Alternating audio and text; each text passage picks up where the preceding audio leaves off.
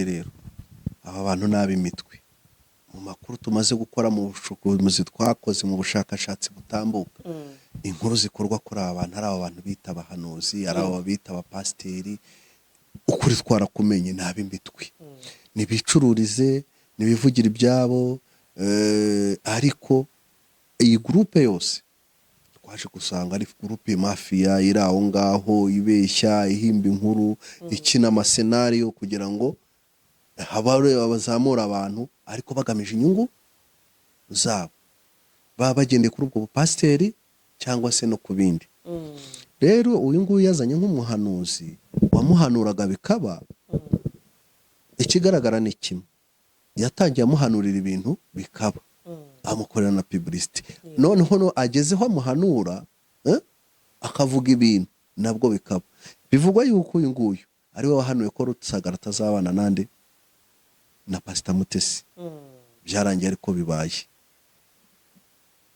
n'ubu ngubu rero ikintu cyitwa nyirabayaza cy'inkomyi ikomeye kugira ngo uyu muntu agarukemo nuko yahanuye ko n'ubu bukwe bw'uyu nguyu uje Ferdinand nta bukwe buhari batazabana so umva rero ntabwo byari gushimisha Pastor Mutesi nk'umuntu wideterminye kubana nande na Ferdinand ubwo buhanuzi bwe rero nimba mwemera nk'umuhanuzi nahame hamwe n'ubundi buzasohora ariko nimba aramukogoreraga publicity uriya muntu akaba ari umuhanuzi w'ibinyoma namute hanze agaragaze ko ibyo bari bavuganaga cyangwa ibyo bari bahuriyeho cyangwa se wa mwuka wagiye akaba asiga hanura ibinyoma byanze bikunze kuri YouTube cyangwa se mu gutambutsa inkuru ze afitemo inyungu imwe cyangwa nyinshi twe tutazi bashobora kubazi cyangwa se ashobora kuba akunda kujya ahagaragara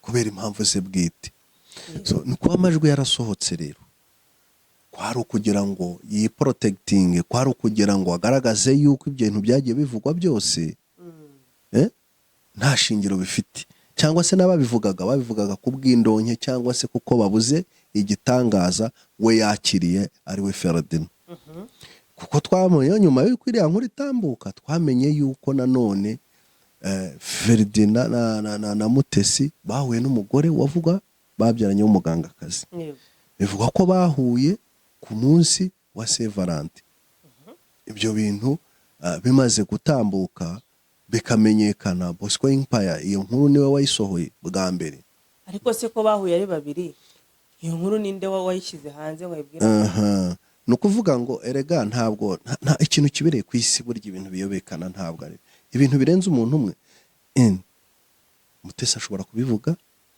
second Ferdinand ashobora kubivuga third one nuriya mudamu ashobora kubivuga cyose birashoboka kuba rero byavugwa nta ari gitangaza ahubwo kigwiye kumenya ngo byarabaye nimba byarabaye Bosco Empire akabisohora nta makosa yakoze sibyo ahubwo icyaba kibabaje nuko yabaragihimbye akagishyira hariya bikaba muri bimwe aregwa bigaragara ko ashobora kuba muvugaho inkuru mpimbano agambiriye iki kumusebya cyangwa kumwangisha rubanda ibyo ngibyo nicyo cyakabaye ari ikibazo ariko ntabwo bishoboka yuko bishobora kugera gutya ngo hamagara umuntu gutya imugenzi we ishobora gufata initiative ibona ko ibintu ushobora kuba ukora bishobora kuba bigize icyaha cyangwa ikaba yafata initiative yo kuguhamagara ariko en general kugira ngo ribe guhamagare nuko haba hari umuntu mufitanye ikibazo wagiye ayigana hanyuma agatanga ikirego ukahamagarwa ni muri urwo rwego bivugwa yuko rero Bosco Empire nkuko nawe ubwe kuri groupe admin yamaze kuvuga yuko yitabye ribu hari ibyo ari masobanuro bivuze ko iriya nkuru ari ukuri ahubwo twakwibaza ngo niki gihari twakwibaza ngo ahubwo abantu bazi ikibuga barimo bakiniramo bizamukata ngo ibyo birahure by'imene by'amacupa by'ibirahure amena nibyo bizamukata ngo amenye uko mu nkuru akora amukoraho amusebya amukritika ngo kugira ngo naramuka ari amafaranga ko ngo yamukozeho ibiganiro byinshi ngo amukoraho amafaranga aramucuruza ngo ariko naramuka ari ayo mafaranga ajye yumva ko ari ubugari akoza mu maraso ya Pastor Mutesi. Bivuze ngo rero aho byari byarenze indi byagiye mu yindi ntera. yego. Nimba bigiye mu ntera rero hakazamo guhangana, sibyo? Mm. Ikiba kigiye gukurikiraho n'ibyo ngibyo bigiye gukurikiraho, ni ukuvuga ngo hongewe ngo umuntu yanteje ibisambo, umuntu yanteje abaza kunyica, umuntu yangaburiye uburozi cyangwa yazanye abagungaburira, n'ibindi bizaza nyuma yaho. Ariko ikiruta byose, watuma amahembe se cyangwa agatanga ubwo burozi n'ibindi n'ibindi, ntabwo ari ibintu bifatika, ntabwo amategeko abyemera. Yego. Nta kintu kibi, ngira ngo urabyibuka ubushize Bosco Empire yavuga ku bintu bijyanye n'agasaro. Ariko hari ibimenyetso bimwe na bimwe abantu bagenda bavuga, murabizi Nyarwaya, Yago avuga uko yaruzwe, avuga iki. Reka tubasuze kandi tubifurize ibihe byiza, mwe mukunda kandi mugakurikira ibiganiro bica kuri Mika TV Show, waba uri mu Rwanda cyangwa uri hanze y'u Rwanda, tuguhaye ikaze muri iki kiganiro. Kuri kamera zacu dufite umuntu tujya twifashisha mu bintu bitandukanye bisesenguzi, abantu barakuzi kuri iyi channel, turakwakira mu kiganiro. Murakoze cyane, ndabashimiye kandi ndabasohoje cyane inshuti zacu aho ziri hose. Yego. Turabakunda kandi tubategurira ibyiza. Meze neza? Ya, meze neza cyane. Yego. Turashima Imana. Reka dushimire abantu bose bagumye bakora subscribe kuri channel yacu. Twa tumaze ngira ngo umunsi umwe cyangwa ibiri tudashyiraho ikiganiro, ariko biba byatewe n'impamvu zitandukanye, ntabwo ari uko tutatubanga. Turabashimiye cyane abantu mukomeje gukora subscribe, waba uri mu Rwanda cyangwa uri hanze y'u Rwanda. Mwiyumvemo ikaze muri iki kiganiro tujye gutangira. Mumeze muti icyumweru cyagenze neza? Ariko ya, kimeze neza, turashima Imana. Kuramba no kuramuka ubundi mu Kinyarwanda cyiza. Ko tutameze neza se twabasha kuza hano kuri kamera? Hari igihe ucumbagira. Hari igihe ucumbagira, ariko utabasha kuvuga ntiwahagera. Ushobora kuba ucumbagira, biba byoroshye. Ntabwo dushobora kuba mu buzima rero butagira inkomyi, butagira uburwayi, butagira gute, ariko iyo wabashije kujya ahagaragara, nishimwe ku Mana. Yego. Yego. Yego, yego. Icyumweru cyagenze neza? Cyagenze neza, tumeze neza, turizera ko n'abandi ari amahoro. Yego.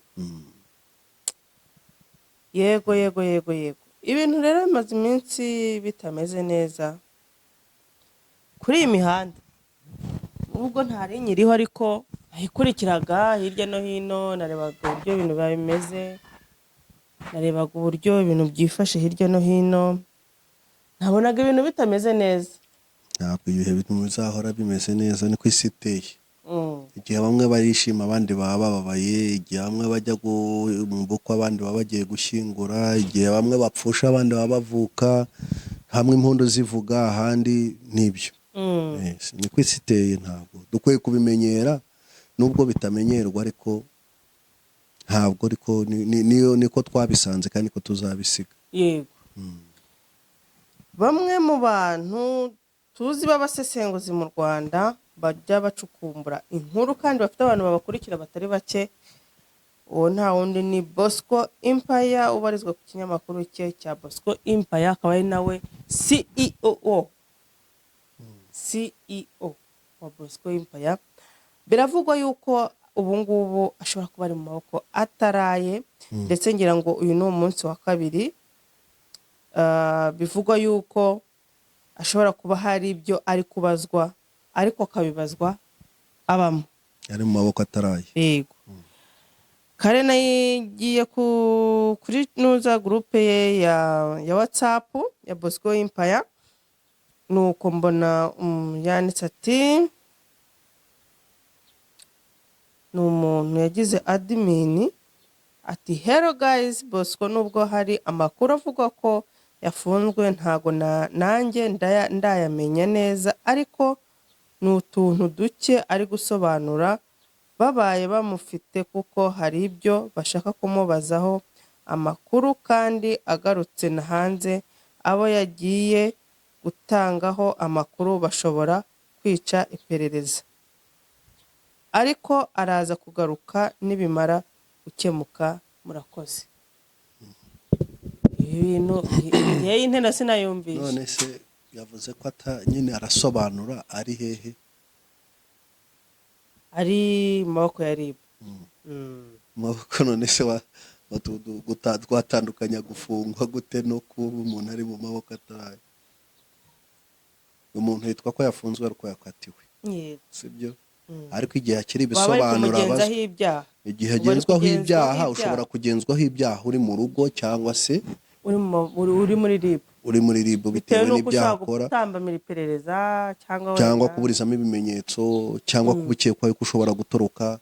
Izo ni zimwe mu mpamvu zishobora gutuma ubazwa uri Yego. kuri RIB. Ariko ntabwo byitwa ko umuntu yafunzwe. Bityo rero bitandukanywe n'uko n'amakuru arimo avugwa yuko Bosco yafunzwe. Bosco ntabwo yafunzwe, gusa ari mu maboko ataraye. Yego. Ari muri RIB, arimo arabazwa kugira ngo barebe yuko ibyo arimo ashinjwa bishobora kuba bifite ishingiro. Basanga bifite ishingiro bagahita urubanza ruvana mu bugenzacyaha bukajya mu bushinjacyaha. Ubushinjacyaha nabwo dosiye bukayihande urukiko. Yego. So rero ni ukuvuga ngo baracyari muri RIB. Birashoboka yuko yagaruka cyangwa se yakomereza imbere, byose birashoboka nubwo atari byo tumwifuriza. Yego. Baravuga bumwe mu bintu bishobora kuba bimufunze, nagiye numva hirya no hino bavuga, ariko ibintu ntafitiye gihamya. Nanjye nirinda kuvuga ibintu ntafitiye gihamya.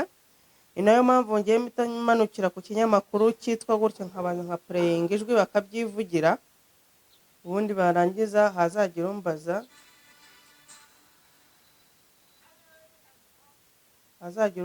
ibyo ari byo, nanjye nkagira ne nkamutungira urutoki. ukamugushamo wakoze inkuru, cyangwa se ahubwo ukavuga ko ufite Navuga ko inkuru aho yikomora. Yego. Ibyo ngibyo byo ni ukuri, nta muntu ugira inkuru idafite suruse. Iyo utayifite suruse byanze bikunze iba ari igihuha, kandi gutangaza inkuru y'igihuha nabyo birahanirwa imbere y'amategeko. Imbere y'amategeko cyane birahanirwa. Rero buriya hari abantu batanabizi. Ntawe utabizi, kuko ubizi utabizi, waba ubizi waba utabizi, ntibibura kugukoraho. Bipfa kuba biri mu itegeko gusa. Waba ubizi waba utabizi. Byarasohotse mu igazeti ya leta. Bigukora Byanze bikunze uko wakwitwara kose. Ariko ntarandi gushaka inuza ngo ndebe ko nayibona iyo nkuru. Baravuga yuko ngo umuntu witwa abana ba Pastor Mutesi, ngo ntabwo ari Pastor Mutesi wagiye kurega, ngo ahubwo ngo ni umuryango we, ngo ndetse ngo n'umuryango ngo waho yashatse. Biravuga yuko ngo abana ba Pastor Mutesi ngo ndetse n'umuryango wundi wo yashatse ngo rero bagiye kurega, kuko ngo babona yuko ngo ibintu ngo byari byarafashe indi ntera.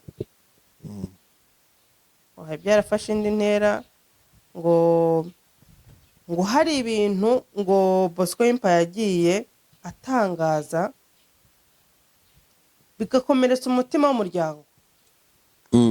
Ariko ngira ngo simbizi nimba ari n'ikirego cyatanzwe n'abana cyangwa mu muryango we, ntabwo bagitanga batemeranijweho nande na nyir'ubwite. Ibyo ari byo byose bashobora kuba adafite imbaraga zo kujya gutanga ikirego, kigatangwa n'umwe mu muryango we, ariko agitanga mu izina ryande rya Pastor Mutesi. Ibyo rero ni ukuvuga ngo ntabwo ari we wamureze, byaba ari ukwigiza nkana, kuko icyaha azira cyangwa se ibyo akekwaho cyangwa ibikorwa bye bigize icyaha n'ibyo yavuze kuri Pastor Mutesi. Tujye tugenda direct ntitukajye duca ku ruhande kugira ngo tuvuge ibintu uko bitari. Tuvuge ibintu uko biri, hanyuma nyirabyo akure mwibye. Ariko ibyo ari byo byose hamaze iminsi koko hagaragara mu buryo butandukanye bumwe cyangwa ubundi ibintu bisa nko guhangana cyangwa guterana amagambo. Turaza kubisesengura hagati ya Mutesi ndetse na Bosco Empire. Ntizera ko nanone si Bosco Empire ushobora kuba yaranarije inkuru zituruka cyane cyane ku bukwe bwa Pastor Mutesi zimaze iminsi zicicikana Yego. muri social media, ariko byageze Ntabwo ari we kuri wenyine. ntabwo ari we wenyine, Macoro menshi yarabyanarije bakurura story ya kera, ariko ndetse ni byinshi ni Pastor Mutesi wagiye ubyishyira hanze. exactly ibyinshi mu byanarizwa ni ibituruka ku nkuru Pastor Mutesi ubwo yagiye asohora mu bihe bitandukanye. Rero uko ugenda uvuga ibintu rimwe na rimwe ugenda witega imitego izashibuka, yego, abantu bakagenda. Bivuze ngo rero igihe kiragera byashibuka bikakubabaza. Iyo bikubabaje rero, iyo wagiye ku mihanda nyine uba wayigiyeho kandi uba ugomba kwakira ibigomba kukubaho ibyo ari byo byose. Haba uko gufungwa birashoboka kuko ushobora kunyerera ku ijambo akantu gato cyane ugashiduka warenze imipaka ukisanga hariya ahantu. So nta birenze rero, gusa reka turebe niki Bosco yakoreye Pastor Mutesi gituma Pastor Mutesi n'umuryango we bajya kurega Bosco. Ese niki cyatumye Bosco akora inkuru zigeraho Pastor Mutesi yumva yuko yamusesereje cyangwa se yamutaye ku karubanda? Yego, zimwe mu nkuru bivugwa yuko ngo zaba zakozeho Bosco Empire, ngo ni inkuru Bosco Empire yakoze avuga yuko Pastor Mutesi ashaka kumugirira nabi, ngo kubera yuko yagiye asesengura ibintu abantu batari bazi bakagenda babimenya. Ndetse ngira ngo hari naho numvishe ngo ntago mbizi biravugwa yuko ngo hari umuhungu wamuhamagaye 3:30 z'ijoro ngo bambwira ko mufitiye gift. Afite gift Bosco Empire. Yego. Ngo uwo muhungu ngo yaje gukora iperereza Bosco Empire ubwe ngo asanga ngo ni umushoferi utwara ikamyo ya Pastor Mutesi Muhanga. Ngo rero bikavuga yuko ngo ari we ngo yatumwe kugira ngo naza ngo bete bamurangiza. Byo ni ibintu biri kuvugwa hano hanze nk'uko uri kumva ndi kubivuga, nyirango ibyo bintu byavuzwe n'ahandi. Na Bosco Empire ubwo yarabyivugiye yuko Pastor Mutesi yamuteje abantu baje kumwica ibintu nk'ibyo ngibyo. Ibyo rero biragira ikigaragara nuko biriya bintu se birashoboka buriya. Reka tubanze turebe muri iyi angere tujye twanariza inkuru tuyihereye kuri detail kimwe ku kindi. Reka tubanze turebe ngo kuki hagezeho kuvuga yuko Bosco Empire ajya guhamagarwa n'ibindi.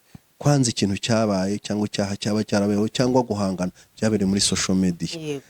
Bosco Empire abinyushije kuri channel ye, abasha gusesengura amwe mu magambo cyangwa bimwe mu biganiro Pastor Mutesi yagiye akora ku macana atandukanye harimo Isimbi TV.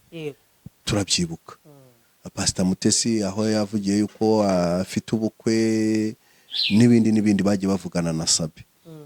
Ibyo rero Bosco yagiye abikoraho inkuru ndetse akagenda agaruka ku bintu bimwe na bimwe bigaragaza cyangwa se akanariza inkuru ariko agendeye ku byo Pastor Mutesi we ubwo yagiye avuga. So bishobora kugira icyaha cyangwa ntibikigire kuko uyu munsi aracyari mu iperereza, kuko umuntu ashobora kwanariza inkuru akanayanariza mu buryo buri negative cyangwa buri positive, ariko akisanga hari ibintu yakoze bigize icyaha. Ariko ikigaragara cyo nuko Bosco nemeranwaho nacyo, nemera yuko Bosco ari umuntu wanarije inkuru agendeye ku bimenyetso cyangwa se ku biganiro bya Pastor Mutesi ubwo yagiye yivugira. Rero Pastor Mutesi bishobora kuba bitaramushimishije cyangwa byamushimishije, akaba wenda nawe yagarutse, hari ikiganiro yagarutse avuga yuko Bosco Empire ari umugome, amukoraho ibiganiro byo kumusenya byo kugira gute, aravuga ngo aramucuruza agira gute, kugeza igihe avuga ngo naramuka abonye amafaranga ya YouTube ahembwa, ngo najya kuyarya ngo ajye yumva yuko ari nko gufata ubugari ngo agakoza mu maraso ya Pastor Mutesi. Mbese ni nko kurya amaraso ye. Ni ukuvuga ngo uri Bosco Empire nawe ntabwo icyo kiganiro cyagushimisha, ntabwo byakunezeza kumva yuko umuntu avuga akagera ibyo ngibyo byitwa gukomeretsa cyangwa gukorogosha. Yongeyeho ngo umupasiteri none sohora amagambo ameze gutyo mu. Yego, ibyo pasiteri burya yongeye kugira mbishyira ku ruhande kuko tuzababwirwa n'imbuto bera. Yego, uriya mugore kwanza njye ndavuga ibintu uko biri ntaciye ku ruhande. Uriya mugore we ubwe kwanza niwe wahisemo ko ibintu bye bijya muri social media, niwe wahisemo gukora ibiganiro, niwe wahisemo kubasha gutambutsa ibintu by'ubuzima bwe umunsi ku wundi. So iyo rero utambukije ibintu byawe umunsi ku wundi, byanze bikunze habaho kukujora. N'abanyamakuru, umunyamakuru akora inkuru undi akakora iri kontre, ako ahereye kuri ya nkuru yakoze nawe akagaragaza factors zigaragaza yuko mu kunyamakuru yakoze inkuru, iyo nkuru yakoze akagaragaza ibimenyetso bishobora kuba bibeshya, cyangwa se niyo nkuru akaba yayiheraho agakora indi nkuru igaragaza ko uriya muntu ibintu yakoze byari bikwiriye mu gihe runaka, cyangwa se kuko niyo nkuru ari byo ahereye ku bimenyetso mundi yakoze inkuru ahereyeho. Icyo tucyemereye. Pastor Mutesi agenda akora ibiganiro bitandukanye, avuga ku buzima bwe, avuga ku gushaka kwe, avuga ku kubyara kwe. N'ikintu numvishe yagarutseho cyane ni ukuvuga ngo Bosco Empire yavuze yuko yakuyemo matirisi. Kandi niwe wabyivugiye. Ariko icyo kintu nticyavugiye ku Isimbi TV. Cyane niwe wabyivugiye. Souviens bien. Cyavugiye ku Isimbi TV. Kivugwa nande? Kivugwa na nyir'ubwite. Na nyir'ubwite. Ni gute se noneho agarutse akaza aje gukubita, akakubitira umuntu mu kadeyi, akihandagaza, akavuga, akamuciraho inoziteka, akamuvugaho amagambo akomeye yuko ngo ntababajwe n'ibyo bose ko Empire yamuvugaho, ngo ariko yitegure yuko ibirahuri arimo gukandagiramo ngo ari byo bizamukata. Bizamukata ngo ibyo birahure by'imene by'amacupa by'ibirahure amena nibyo bizamukata. Ngo amenye yuko mu nkuru akora, amukoraho, amusebya, amukritika, ngo kugira ngo naramuka ari amafaranga, ko ngo yamukozeho ibiganiro byinshi, ngo amukoraho amafaranga aramucuruza. Ngo ariko naramuka ari ayo mafaranga ajye yumva ko ari ubugari akoza mu maraso ya Pastor Mutesi. Bivuze ngo rero aho byari byarenze indi byagiye mu yindi ntera. Nimba bigiye mu ntera rero hakazamo guhangana, sibyo? Ikiba kigiye gukurikiraho n'ibyo ngibyo bigiye gukurikiraho, ni ukuvuga ngo hongewe ngo umuntu yanteje ibisambo, umuntu yanteje abaza kunyica, umuntu yangaburiye uburozi cyangwa yazanye abagungaburira, n'ibindi bizaza nyuma yaho. Ariko ikiruta byose, watuma amahembe se cyangwa agatanga ubwo burozi n'ibindi ntabwo ari ibintu bifatika, ntabwo amategeko abyemera. Nta kintu ngira ngo urabyibuka ubushize Bosco Empire yavuga ku bintu bijyanye n'agasaro. Ariko hari ibimenyetso bimwe na bimwe abantu bagenda bavuga, murabizi Nyarwaya Yago avuga uko yaruzwe, avuga iki kugeraho ahunze. Ntabwo ahunze igihugu, ahunze abantu. Ibyo byose biravugwa ariko nta fact bigaragaza imbere y'amategeko ngo babiregera. Ariko noneho kugeraho Bosco Empire avuga yuko Pastor Mutesi yatumye umuntu, mpamya yuko nimba yarabonye ko uwo mushoferi tujye tugenda mu kuri yaranamuhamagaye koko. Bosco Empire ni umuntu w'incarutse cyane, ugaragaza ko ari umuntu ukora analize nyinshi, ugira na attention cyane. Ariko akangaka karamucitse. Reka mbimubwire nawe abyumve cyangwa n'abandi babyumve. Gute? Kuko nimba koko umuntu yaramuhamagaye akamubwira ko amuzaniye impano, yahise atekereza ati iyi mpano mpaye nindi. Si umufana wanjye twe tuvugana saa 3 z'ijoro. Si umukiriya wanjye duze wenda unkurikira, waturutse runaka, waje wambwiye ko azaza n'ibiki n'ibiki, akamuhamagara ati ndaje, kandi akamuhamagara amubwira ko amuhaye impano. Impano amuha ni iyihe? Impano umuntu aguha atakuzi ni iyihe? Ibyo byose wagira impungenge. So ashobora kuba yaragize impungenge ntajye kumureba. Icyo ni kimwe mu bwirinzi bwe, kandi yakoze neza. Icya kabiri, kandi bivuga yuko ngo yababonye, ashobora kuba yarababajije wenda aho bari akajya aho abitegeye.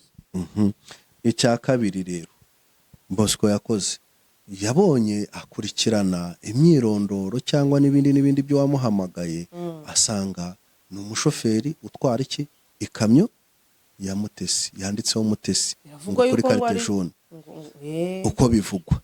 Aha, amaze kubibona rero yego. yari agize amakuru ahagije y'uko ashobora kuba yari agiye kugwa mu mutego Umutego. wa Pastor Mutesi, y'uko arimo amugenza amugira gute.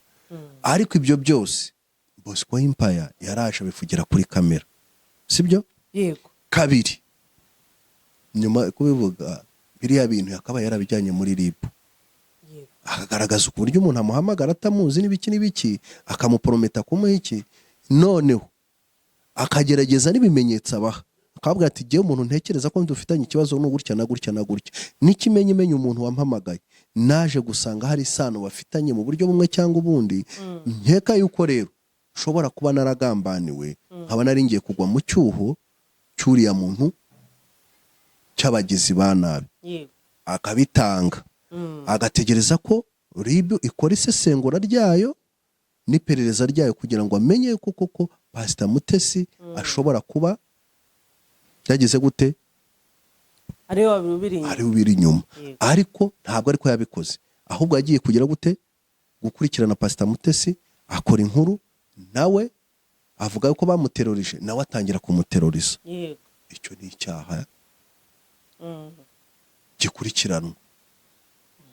Icyo ngicyo kimaze kubaho rero, nimba umuryango wa Pastor Mutesi warumvishe biriya biganiro byagiye bikorwa, ukumva na bose uko avuga biriya bintu, avuga ko yamuteye, bari bafite uburenganzira bwo kugira gute, kujya kubiregera RIB kugira ngo imukurikirane. Kuko ntabwo ntekereza yuko Bosco Empire ntabwo byakagombye kuba byaramubabaje yuko Pastor Mutesi yamuvuze cyangwa akanavuga ariya magambo araremereye. Yego.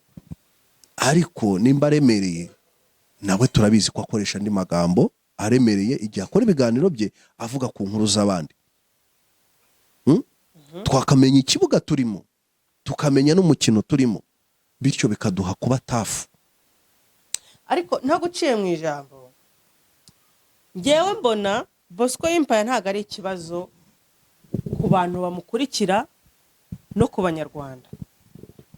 Bosco Empire yaje kuba ikibazo igihe yaje mu kibuga atangira gukereya content yo gusesengura bano bagore biyise abakozi b'Imana, kandi mu by'ukuri mu bigaragara amaso y'abantu ari nk'ahantu bitwikira kugira ngo bakorere ibyaha.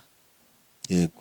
Ariko ntekereza ko Turabibuka kuri channel y'Isimbi TV, narakubiswe, umugabo wanjye yankubitaga amaguru ari hejuru, twabyaranye abana 5 n'ibindi, mbarira njyenyine, barakarira bakabaha amafaranga, ikimwe cyashira bakongera bakagaruka bakarira bakabaha yandi, ejo bundi bakongera bakarira nanone bakagaruka nyiricana akabasabira andi mafaranga.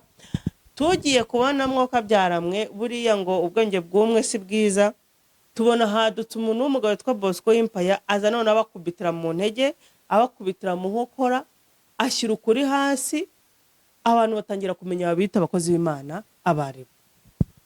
Ibyo turabyemeranya. icyo twemeranyaho nuko Bosco Empire ajya mu nkuru agakora inkuru detaye ku buzima bwa bariya abantu koko akaba expose, ariko sinabo bonyine akoraho inkuru. Yego. Akora inkuru zitandukanye bitewe n'ikintu kirimo gutrendinga.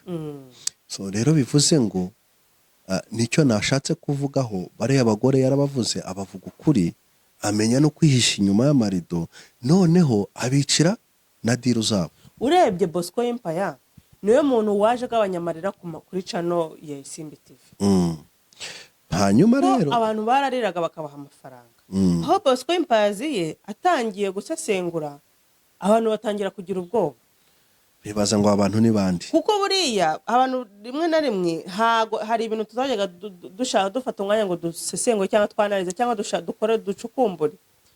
Abantu bazaga bakarira bakumva koko ko ari byo, ariko akaba hari umuntu uzi uwo muntu, akaba azi neza ko ibintu avuga atari byo.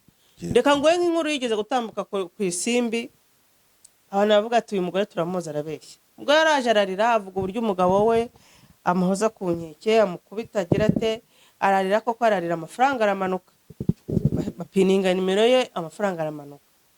Haza kuza umuntu, ndibuka ko nigeze guhura n'umuntu aravuga ati uriya mugore arabeshya, icya mbere ntiyigeze atandukana n'umugabo we, barabana mu karere ka Bugesera.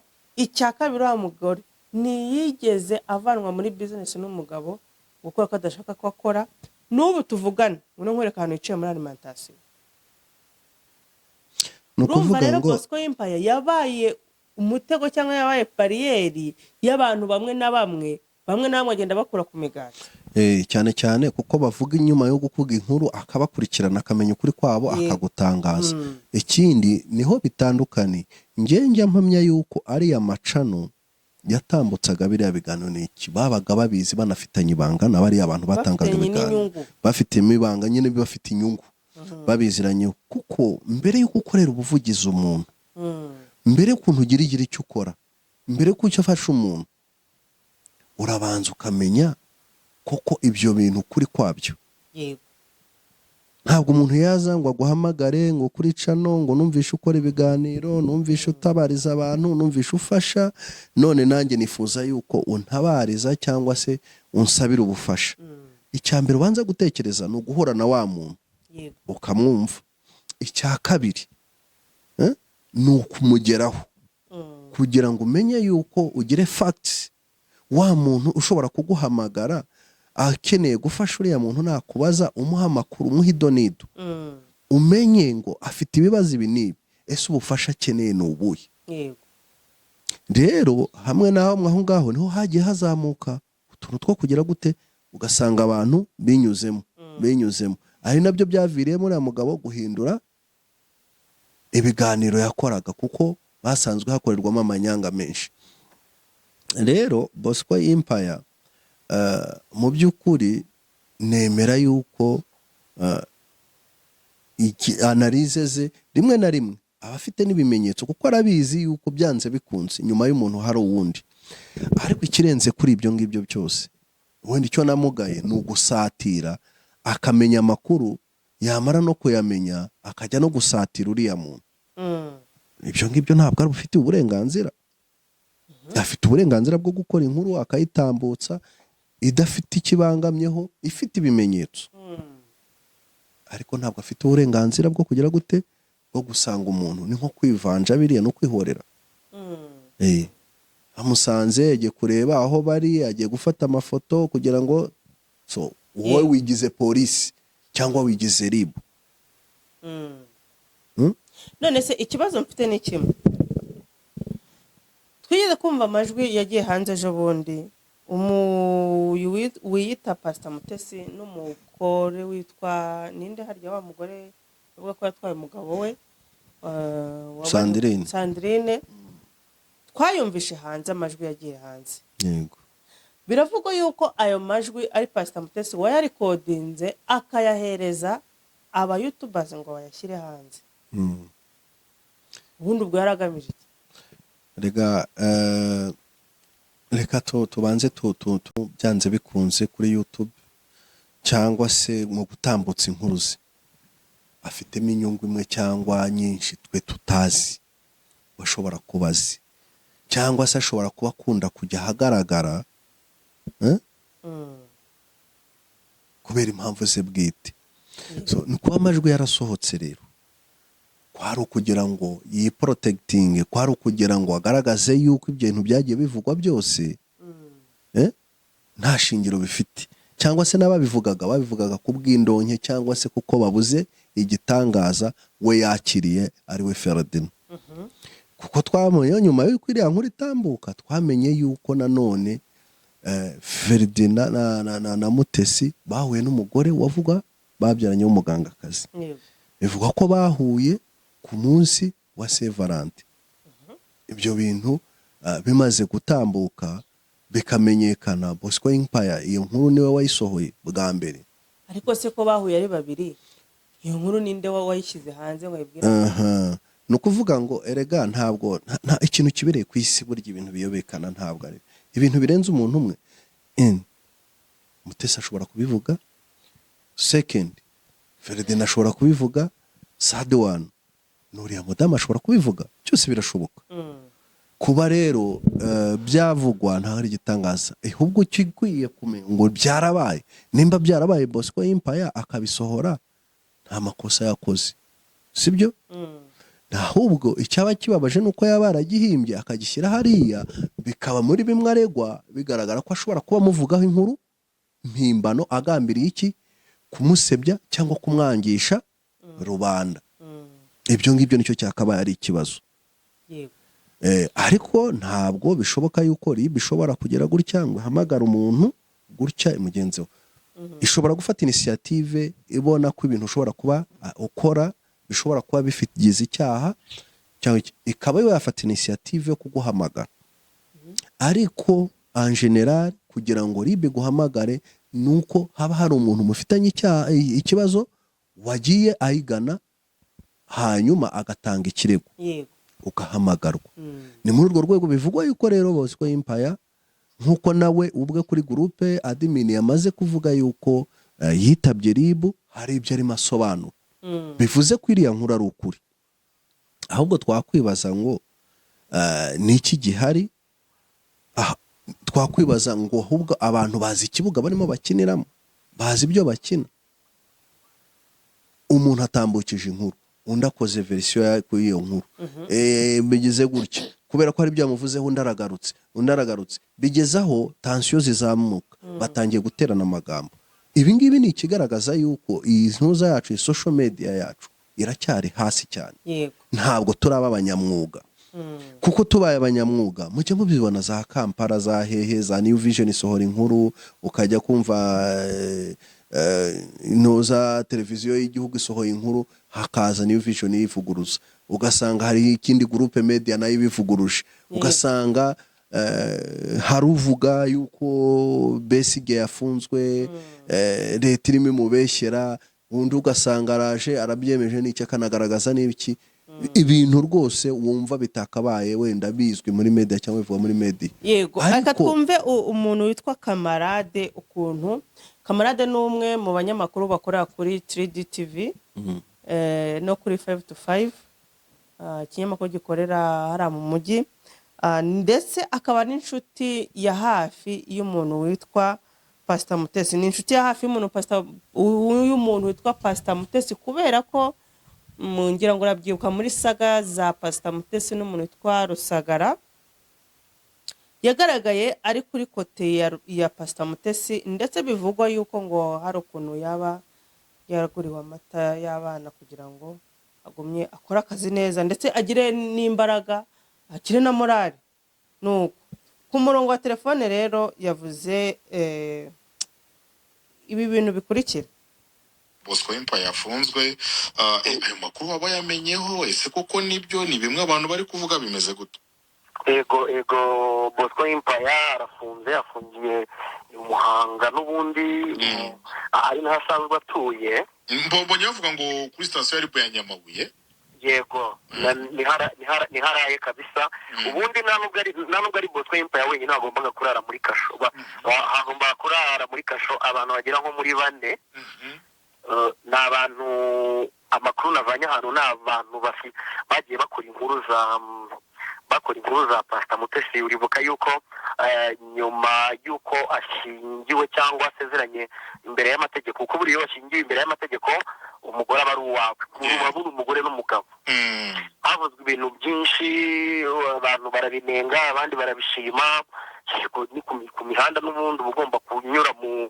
kayunguruzo bakakuyungurura ariko hari abantu bagiye batandukira bigeraho noneho witwa Bosco Empire yavuze ko witwa Pastor Mutesi asigaye amuteza abasore nijoro ngo bashaka kuzamwica avuga uburyo ki ngo Pastor Mutesi yamubwiye ngo amaraso usanga azayakozemo ubugari ntabwo bizagenda gute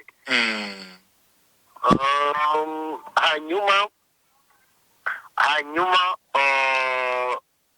byaje gukora ku mutima w'umuryango wa Pastor Mutesi yaba abana ndetse n'umuryango we muri rusange kuko Pastor Mutesi nagakiri nyakamwe bafite umugabo cyane biba ngombwa yuko umwana wa Pastor Mutesi amakuru mfite nuko ntabwo ari Pastor Mutesi watanze ikirego ahubwo ngo ni umwana wa Pastor Mutesi wagiye gutanga ikirego so so tukiri aho ngaho waruvuze ngo hari abandi wenda bari nibanga cyangwa nabo wenda ikirego cyabo cyatanzwe oya ni ibanga ntabwo njyewe nshinzwe kubivuga ibyo bintu ngo nawe ndimo ndavuga ibiri ku mihanda ariko Bosco Empire we yaraye muri kasho amakuru mfite rwose ni uko ndetse n'uwitwa Nibishaka Theogene urabizi yuko zino nkuru kugira ngo zikare nibishaka rwose umuntu witwa Nibishaka niwe ubifitemo umutwe munini avuga ubuhanuzi hari ukuntu abantu usanga baranayobye bizerera mu buhanuzi hari n'igihe abantu baba batabizi neza yuko umuntu ari umutubuzi bakizera ibintu avuga so Nibishaka rero nk'umuntu wagiye uhanura yuko Pastor Mutesi uriya mugabo atari uwe uribuka yuko yari yavuze yuko na Rusagara atari we batari kuzabana birangira yitabye Imana donc ni ibintu bimeze nk'aho byataka umuryango wa Pastor Mutesi kandi nawe urabyumva kame muri ya mugore rwose ahubwo nahari hanga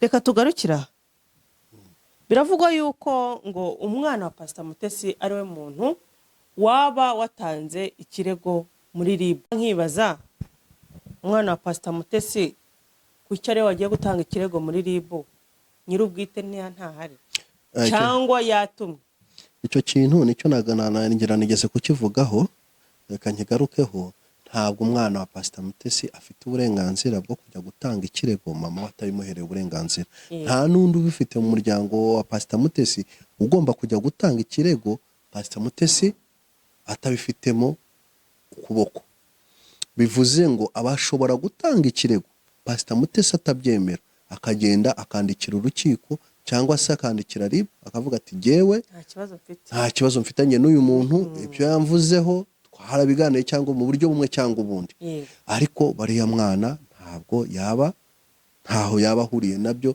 ikindi yaba ari amakosa akomeye kuri Pastor Mutesi kuba atangiye kwinjiza umwana muri izi game kerekana nawe nimba mutegura kuba mu buzima nk'ubwabayeho mu guhangana nk'uko ahangana cyangwa se kugira ngo ajye kuri bose babireba aho umusitari nawe atangira amenyekane yagiye tangira ajye mu manza ajye mu ruhande rwa nyina kubera yuko abantu bamuvuga ariko njyewe icyo nemeranya nacyo nuko baramutse babikoze byaba ari iki byaba n'ubundi ari Pastor Mutesi ikindi nanone nemera cyo nuko ibirimo biba kuri Pastor Mutesi 80% ari we nyirabayazana wabyo RIB yabyinjiramo Bosco yabizamukiraho akaba yagira ibyago akaba hari ingingo ishobora kumugonga akaba yabizira akabya imbere y'ubutabera kubera icyo kintu mpamya yuko Pastor Mutesi 80% ari we nyirabayazana uyu mubaho kuko nimba ubyutse ukavuga ibintu byawe buri wese azabyanariza uko bimeze ikibi ni uko umuntu wamutuka ikibi ni uko umuntu hari ikindi kintu cy'ubugambanyi wamukorera cyangwa se ibyo ngibyo ibindi nk'ibindi ariko kwanariza inkuru ukayivuga uko ubyumva nta cyaha kiba kirimo bose ko nibwo buzima bwe niko kazi kakora ka buri munsi nta bitangaza kuba yaravuze kuri Pastor Mutesi icyaba kigeze kibi nuko yaba aragiye kumusatira nkuko bivugwa akasa nkaho ajya gukora imyigaragambyo cyangwa gukora guhangana imbona nkubone ahanganye nande na Pastor Mutesi kubera ko kantu avuye yaragendeyeho k'ikimenyetso cy'uko umuntu waba aramuhamagaye kuko yaba ari umushoferi utwara ikamyo ya Pastor Mutesi. Yego muri aya majwi numvisha hagarutsemo umuntu witwa Nibishaka Theogene ariko we ngira ngo we ntafunzwe ngo bivuga ko ari we nyirabayazana y'umuntu wakongeje umuriro kuri Pastor Mutesi bikaba bigeze n'aka kanya bakimukoraho ibiganiro ariko nanone ndagira ngo dusubize amaso inyuma turebe uyu Nibishaka ni muntu ki uyu muntu witwa Nibishaka agiye namumenye ari kumwe na Pastor Mutesi bicaranye mu kiganiro Pastor Mutesi wenyine arivugira ati uyu muhanuzi niwe muhanuzi wanjye yitwa Nibishaka Theogene niwe muntu ujya umpanurira niwe muntu ujya umbwira ibintu ntashidikanya bikaba abamushaka mwese mufate nimero ye ndabonamo ibintu bibiri cyambere hari kumukora publicité icya kabiri yamwemeraga nk'umuhanuzi we yizerwa kuri we none niba byarangiye barashwanye byarangiye bite ku buryo noneho uyu muhanuzi ari kuza amena umuceri hasi bikaba ikibazo. nkubwire rero aba bantu n'ab'imitwe mu makuru tumaze gukora mu bushukuzi twakoze mu bushakashatsi butambuka inkuru zikorwa kuri aba bantu ari aba bantu bita abahanuzi ari aba bita abapasiteri ukuri twarakumenye n'ab'imitwe nibicururize nibivugira ibyabo ariko iyi gurupe yose twaje gusanga ari gurupe mafiya iri aho ngaho ibeshya ihimba inkuru ikina amasenariyo kugira ngo bazamura abantu ariko bagamije inyungu zabo baba bagendeye kuri ubwo bupasiteri cyangwa se no ku bindi. Rero uyu nguyu yazanye nk'umuhanuzi wamuhanuraga bikaba ikigaragara ni kimwe yatangiye amuhanurira ibintu bikaba amukorera na publicity noneho agezeho amuhanura akavuga ibintu nabwo bikaba bivugwa yuko uyu nguyu ari we wahanuye ko Rusagara atazabana nande na Pastor Mutesi byarangiye ariko bibaye n'ubu ngubu rero ikintu cyitwa nyirabayaza cy'inkomyi ikomeye kugira ngo uyu muntu agarukemo nuko yahanuye ko n'ubu bukwe bw'uyu nguyu uje Ferdinand nta bukwe buhari batazabana. So ntumva rero ntabwo byari gushimisha Pastor Mutesi nk'umuntu wideterminye kubana nande na Ferdinand. Ubwo buhanuzi bwe rero nimba mwemera nk'umuhanuzi nahame hamwe n'ubundi buzasohora, ariko nimba aramukogoreraga publicity uriya muntu akaba ari umuhanuzi w'ibinyoma namute hanze agaragaze ko ibyo bari bavuganaga cyangwa ibyo bari bahuriyeho cyangwa se wa mwuka wagiye akaba asiga ahanura ibinyoma sibyo. Ariko ikigaragara cyo tugendeye kuri ibyo ngibyo nimba aramuhanuriraga ibintu bikaba n'ubaka bihanuye dufata ubuhanuzi dutegereze ikizaba kuko nimba yaravuze ibya mbere bikaba kandi nawe yaremeraga ko avuga ukuri reka dutegereze nibi ngibi icyo bizagenda. Ubuhanuzi ngo bwemerwa byenze gute ariko bwamaze gusohora. Nimba rero uyu nguyu nawe ari w'imitwe kuko adafite umwuka w'Imana nawe bizagaragara, ariko ikigaragara icyo ari cyo cyose kugeza kuri aka kanya ntabwo giye byavuga mbifata nk'ukuri nkurikije nawe wari we na evolution ye n'uburyo yaje n'uburyo yazamutse n'uburyo ahagaze uyu munsi n'uburyo avuga ibintu ejo akagaruka kuri ibi ngibi nta kindi kintu kizima hano adahanuye kuri Mutesi. None se ariko yaherutse muri gereza se ntuzi ko yahanuye iby'intambara ngo none se nta bindi bizahinduka niba ari iki hari tubyemere niyo yahinduka n'ubundi yigeze ibaho kandi n'ubundi nta birenze nta biba bitangaje kuri twebwe, ariko uriya tubanze twemereye yuko reka tubyemere gutya. Reka nkwereke Pastor Mutesi wamuzanye kuri kamera bicaranye akavuga ngo ni umuhanuzi uhanura niwe muhanuzi we n'abandi bazagere gute ibyo muvuga ngo mugaruke murebe ko ari indonke baba barimo namwe muzamugane sibyo. Yego icyo gihe amuhanuriye ibyiza kuki Pastor Mutesi atigeze abwira abantu ko ari umuhanuzi mwiza amuhanuriye ibyiza akaba yarabibonye none akaba bihindutse aho amuhanuriye ibibi bikaboneka. Uyu Pastor naramubwiye ati uyu muntu Rusagara rwose ntabwo ari umugabo wawe ukeka birarapfa. Yes tubireke rero no tuve naho ngaho tugaruke umuhanuzi uhanura intambara ni byiza yuko ahanura ko kwijwi ry'Imana nimba ryamubwiye ibintu ibi n'ibi ariko kuki ahanura ibyibibi gusa nta buhanuzi Imana bw'igi munyuzamo bwiza. Hari abahanuzi Imana inyuzamo ikabaha guhanura ibyiza ikaba no guhakaba n'abaha imwuka wo guhanura ibibi. Iki ni ikibazo ibyo bintu abantu bakwiye kubyibazaho. Turababona abantu benshi kandi byose babikora baza hehe muri social media kubera ko baharebye ko hari amaspiration atambuka n'ibikintu biki ngo bagamije indonke kuko bagamije indonke kugira ngo abantu ntabura abantu nk'icumi cyangwa 20 bamuhamagara amafaranga ati wakoze kubivuga aba biti bigaraje ndetse binavuga yuko uyu mugabo ngo hanura ngo yuko ngo Nyabugogo izahinduka iki niba ari isibaniro niba ari ibiki ibintu nk'ibyo ngibyo byamufungishije bivuga yuko ngo ava muri gereza yakira amafaranga menshi y'abantu barwanya leta. Yaba yarayakiriye cyangwa atarayakiriye ikiba kigomba kuba ikitazaba ntikizaba. Rero ntago bikwiye guhangayika abantu no kumva ngo umuntu warangiza ukajya nahari ukabivuga ngo ngewe ngo nyine tumenye ubwo buhanuzi buhanura ibibi gusa, buhanura amahano, budahanura amahoro, budahanura yuko igihugu kigiye kujya mu musaruro, kigiye kuzaba, budahanura ko abantu bagiye kubana neza bakicuza bakagarukira Imana, kuko tubona abantu batannye, turabona abakorera amahano banyuze kuri za social media zivanze n'amasega, ntama zivanze n'amasega. Ntibabe bahano ngo bajye kuri kamera bigisha abantu guhinduka no kugira gute no gukundana no gukora ibyiza, kuko Imana ntishobora kugirira nabi igihugu kirimo abantu bakora ibyiza bayumvira bayubaha, ahubwo bakaza baje gucigikuba. Kuki ntawe ndumva afata iyo Bibiliya ngo aze kuri kamera avuga ati ngiye kubabwira bitewe n'ubuhanuzi nabonye, akabuvuga arangiza akavuga ati cy'Imana bashakaho bene data niki, nimuhinduke, nimubane neza, mukundane, Imana nayo nimusenge. Ejo bundi nabonye ikiganiro witwa Meshake ni umuntu uzwi mu buhanuzi amazemo igihe kinini na mbere ya jenoside.